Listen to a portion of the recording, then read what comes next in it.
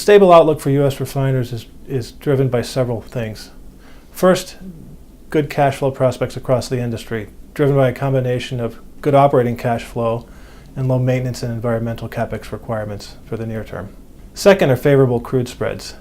There are very wide crude spreads between landlocked grades, including WTI, shale-based grades, and Canadian grades, versus global waterborne grades such as Brent. This has resulted in windfall profits for those refiners able to take advantage of these crudes.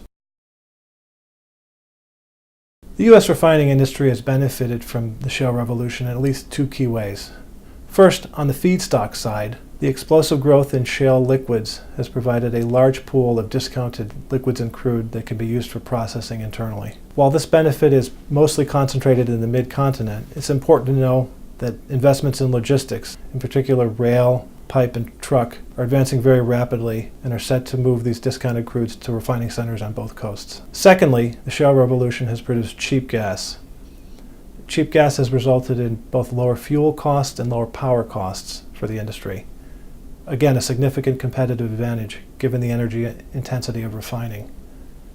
Finally, it's important to note that because of these two developments, the U.S. is much more competitive as an exporter, particularly relative to high-cost refining centers such as Europe.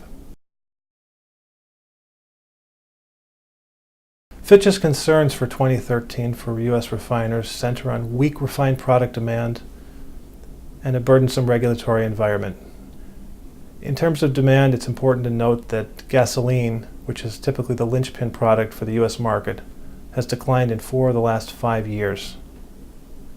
In addition, weakness in OECD refined products has contributed to an environment in which nearly all the growth, or all incremental growth, stems from emerging markets. As a result, the U.S. is more reliant on emerging markets to maintain utilization than ever before.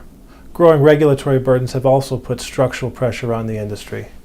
This includes rising renewables requirements, including 14 billion gallons per year of renewables in 2011, rising to 36 billion gallons per year by 2022.